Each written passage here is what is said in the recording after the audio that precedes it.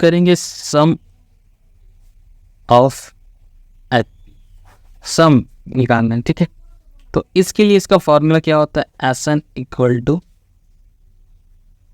N by two bracket 2a plus N minus 1 into D, ठीक है।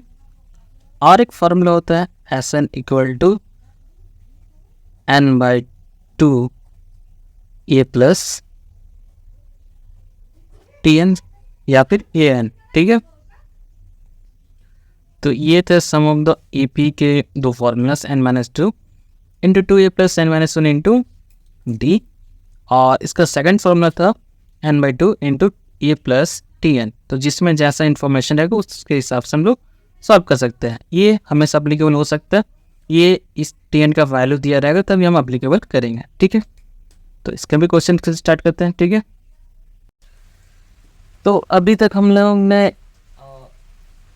AP के last term कैसे find out करते हैं, कॉमन डिफरेंस कैसे निकालते हैं, और एपी के 3 कंसेक्यूटिव टर्म्स सीखे। तो अब हम आते हैं सम ऑफ एपी। तो इसमें सम निकालते हैं, ठीक है। तो ये आपका क्वेश्चन है, ठीक है। मैंने इससे थोड़ा देर पहले जैसे आपको फॉर्मूला बताया था, ये होता है n by two A plus N minus one into D, ठीक है। तो इस फॉर्मूला में इसको सॉल्व करना है, ठीक है। एस एन का वैल्यू निकालना, सम ऑफ द टर्म निकालना है, ठीक है। तो इसके लिए हमको क्या क्या चाहिए, फॉर्मूला के हिसाब से एन चाहिए, ए चाहिए और डी चाहिए, ठीक है। जो कि हमारा जो लास्ट टर्म वाला जो ए एन का या टी एन का फॉर्मूला था उसमें भी सेम था। तो ये क्या था, क्या कर दिया, फर्स्ट टर्म को हम ए बोलते हैं, टू डी निकालना है, तो second term minus first term, ठीक।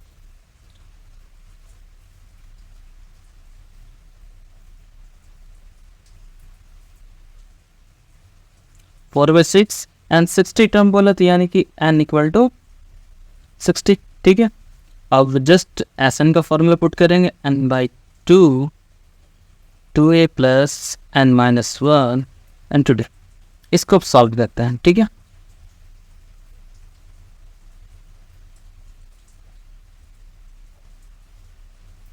टू एन का वैल्यू हमारा 60 है माइनस 1, और डी का वैल्यू आया है हमारा 4 पाई, सॉरी 3 होगा।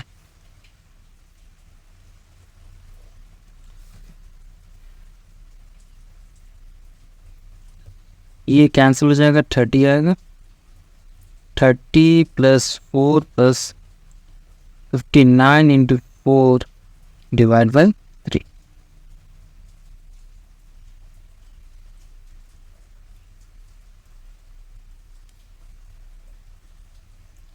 जस्ट मल्टीप्लाई कर देंगे, 236 डिवाइड बाय 3। एलसीएम ले लेते हैं, इस पोजेट 2n प्लस 236 3,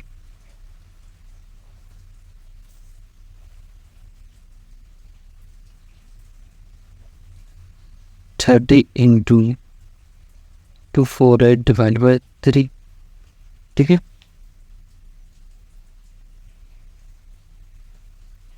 थ्री टेंज सॉल्व करके आएगा 2480। तो ये हमारा आंसर हो गया, ठीक है। तो जस्ट आपको जब सारा वैल्यू पता होगा तो सम ऑफ द एपी निकालने के लिए क्या, जस्ट आपको फॉर्मूला पुट करना होगा, ठीक है, जिसमें आपको ए डी और एन का वैल्यू दिया हुआ था, ठीक है। अब आते हैं इसी तरह का और एक क्वेश्चन करते हैं, ठीक है। तो ये आपका एक क्वेश्चन है, ठीक है, इसमें हमको समय निकालना है। तो उसके लिए हमको क्या क्या चाहिए, पहला फर्स्ट टर्म हमारा ए हो गया, डी का निकालना तो second term minus first term, ठीक है। 3 और ये मल्टीप्लाई होगा तो 3 हो जाएगा, माइनस √3 कैंसिल हो जाएगा तो ओनली 3 बचेगा, ठीक है। और 21 टर्म बोला तो यानी कि n इक्वल टू 21 हो गया। और जस्ट एस एन का फॉर्मूला पुट करना है, n by two A plus N minus one into d, 21 by 2 into a, 21 minus one into d का वैल्यू आएगा -3,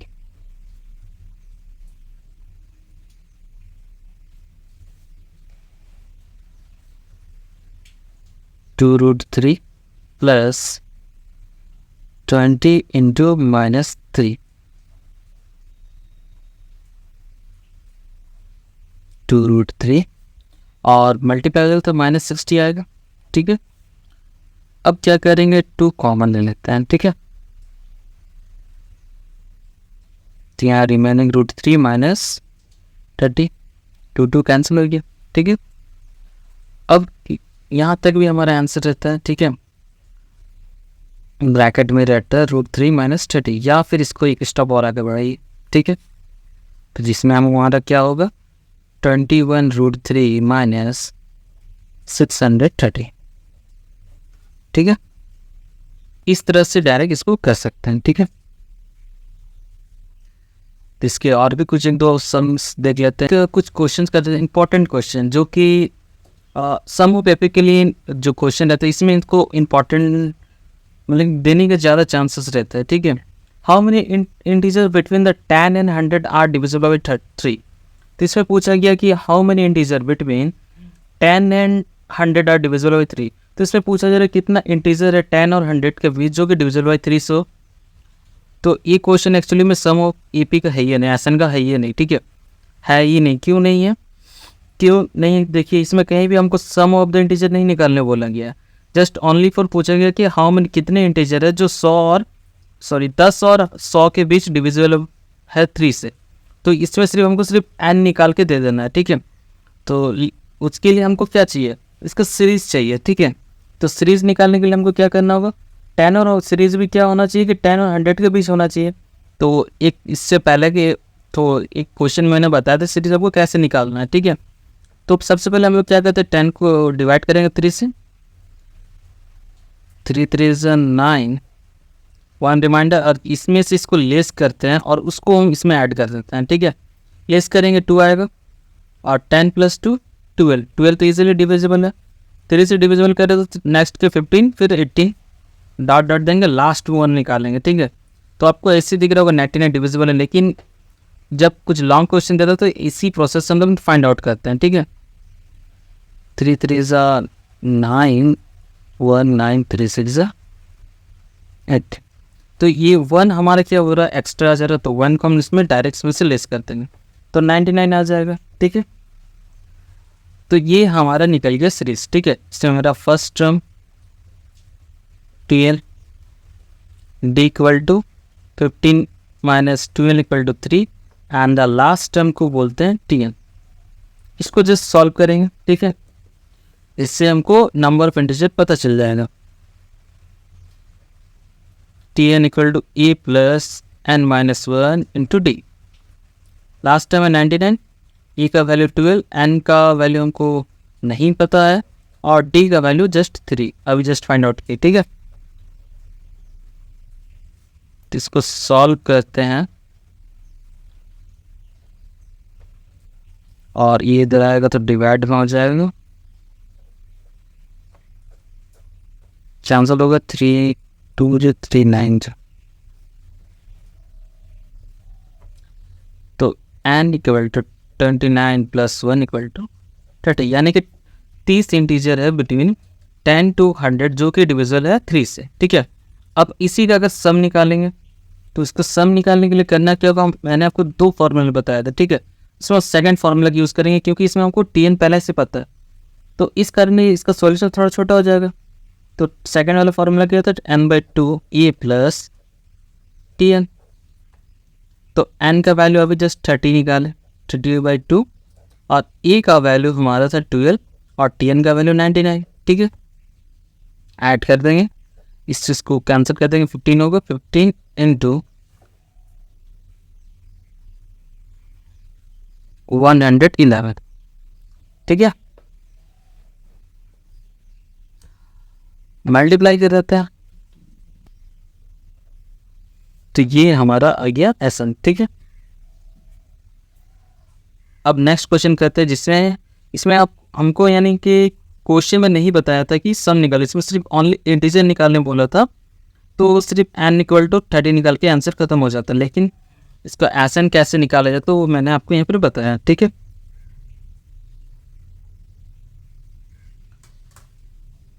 अब इसी की तरह से चलते हैं दूसरा क्वेश्चन में, ठीक है। देखिए फाइंड द सम, इसमें सम पहले से बोला हुआ है, the odd number of 4 digit. 4 digit start कहाँ से होता है 1000 से और एंड होता है 9999 में, ठीक है। विच आर डिविजल बाई 9, जो कि 9 से डिविजल भी होना चाहिए, ओड नंबर भी होना चाहिए, डिविजल भी होना चाहिए। तो सबसे पहले लास्ट वन तो दिख रहा है 4909 से डिविजल भी इजीली, ठीक है। तो निकालने का प्रोसेस वही है, वैल्यू 1000 है तो इसको पहले क्या करेंगे 9 से डिविजिबल करेंगे, 9 1 जा 9 1 0 9 1 जा 9 1 0 9 1 जा 9, ठीक है। तो हम क्या कहते हैं 1 को 9 से माइनस करेंगे 8 आएगा, 8 को हम यहाँ पर ऐड कर देंगे। तो 8 को ऐड करने पर हमारा जो वैल्यू आएगा 108 ये जो आएगा, ठीक है। लेकिन ये क्या है, एक इवन नंबर है, ठीक है। हमें क्या बोला गया था ओड नंबर, तो हम इसमें क्या करें 9 और ऐड कर देंगे। तो 1017 हमारा पहला आ जाएगा वैल्यू सीरीज का, ठीक है 1070। फिर अगेन हम 9 अगर ऐड करते हैं इसमें 1026 जो कि इवन नंबर है, तो हमको इवन लेने नहीं बोला गया था, सम लेना, तो फिर 9 हमको ऐड करना है, ठीक है।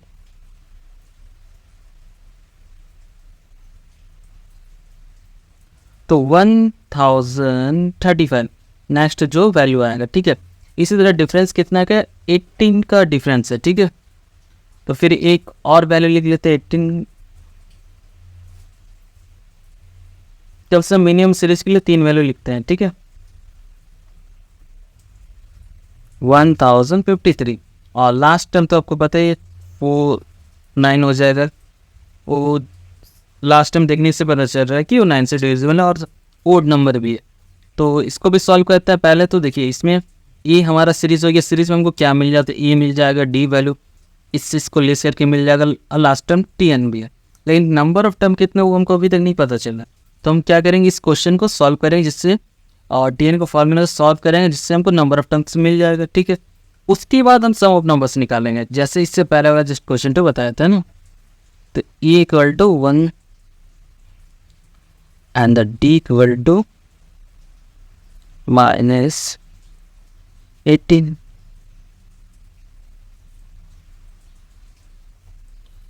Tn equal to a plus n minus 1 into d.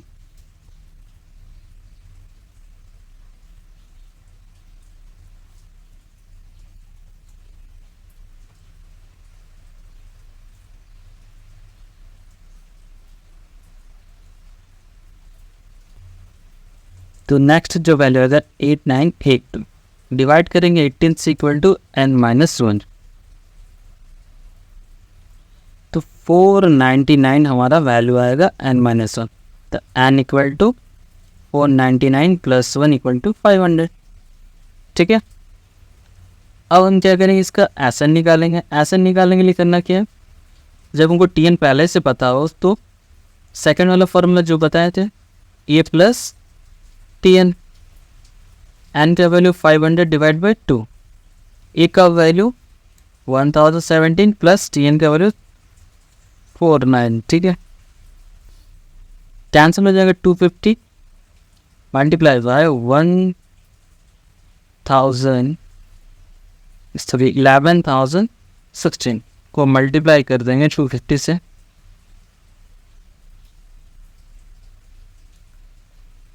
27,54,000, ठीक है। तो ये जिस तरह का क्वेश्चन बताइए इंपॉर्टेंट क्वेश्चन रहता है सम ऑफ एफपी में, ठीक है। चांसेस रहता है कि ये क्वेश्चन दे दे, ठीक है। तो इस तरह का क्वेश्चन जरूर करिएगा। तो इस तरह का क्वेश्चन खासा टारगेट में रहता है, ठीक है। और इसके एक ही 2 क्वेश्चन से वर्ड वाले क्वेश्चन ज़्यादा नहीं पूछे जाते, नॉर्मल ऐसे फॉर्मूला वाइज से पूछे जाते हैं, ठीक है। अब आते हैं कि इसका एपी के अर्थमेटिक मीन निकालना, ठीक है। इसमें क्या होता है कि 2 वैल्यू बता दिया जाता है, उसके बीच का हमें वैल्यू निकालना होता है, ठीक है। जैसे कोई भी 2 नंबर दे दिया एक्स और वाई दे दिया सपोजिट मान लीजिए, हमको इसको बीच का कोई भी 1 2 3 4 कितने भी क्वेश्चन बोलेंगे उसको बीच का हमको पद निकालना होता है, ठीक है। तो जब वन टर्म्स निकालने बोलेंगे तो उसके लिए उतना दिक्कत नहीं होता है वन टर्म का फॉर्मूला के लिए। जब भी दो टर्म के बीच में एम निकालने बोला जाता है, जैसे कि 3 और 9, ठीक है, ये दो वैल्यू है, इसका बीच में हमको एम निकालना, तो जस्ट हमको क्या करना है, A equal to 3 and B equal to 9। तो एम का फॉर्मूला हो जाएगा A plus B by 2, 3 plus 9 divide by 2, 12 divide by 2 equal to 6, ठीक है। तो दो नंबर्स के बीच में जब बोला जाएगा तो हमको इस तरह से निकालना। तो ये अगर दो नंबर के बीच में तो 5 से बोला जाएगा तो हमारा मेथड चेंज हो जाएगा, ठीक है। जैसे कि इस क्वेश्चन को देख लिए, इंसर्ट 8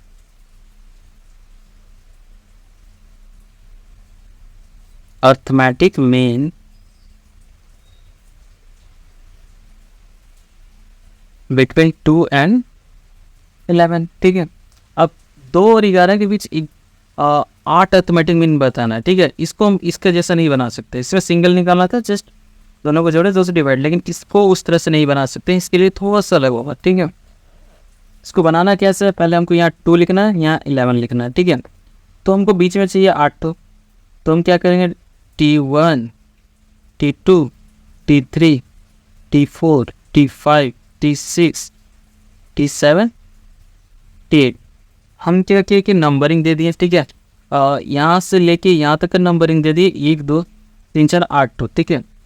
लेकिन एक्चुअली में कितना नंबर ऑफ टर्म्स हुआ, काउंट कर लेते हैं, ठीक है। 1 2 3 4 5 6 7 8 9 10। एक्चुअली में इस पूरा ईपी के जो सीरीज है इसमें कितना टर्म्स आ गया, 10 टर्म्स आ गया, ठीक है। अब हम लोग क्या लिखते हैं, फर्स्ट टर्म को ए लिखते हैं, और जो ये 10 टर्म का वैल्यू क्या है, 10 टर्म को टी एन लिखते हैं इक्वल टू 11, ठीक है।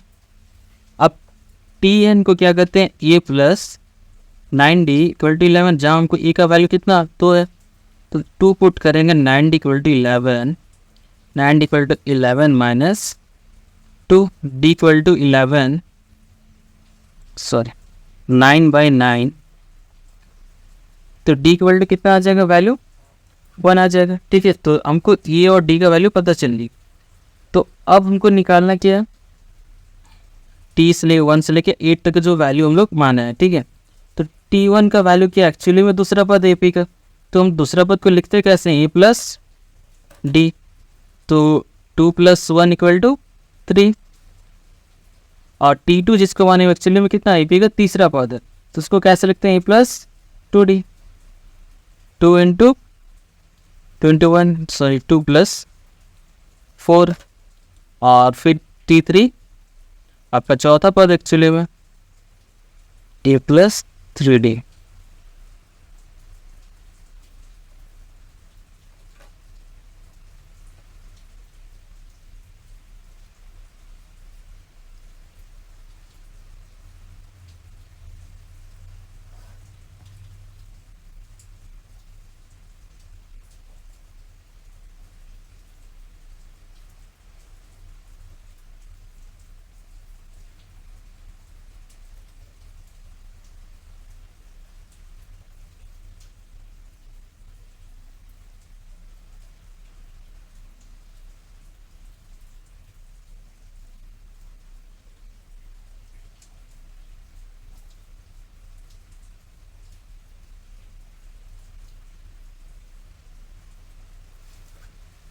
तो ये था 8 अर्थमेटिक मीन बिटवीन 2 एंड 11, ठीक है।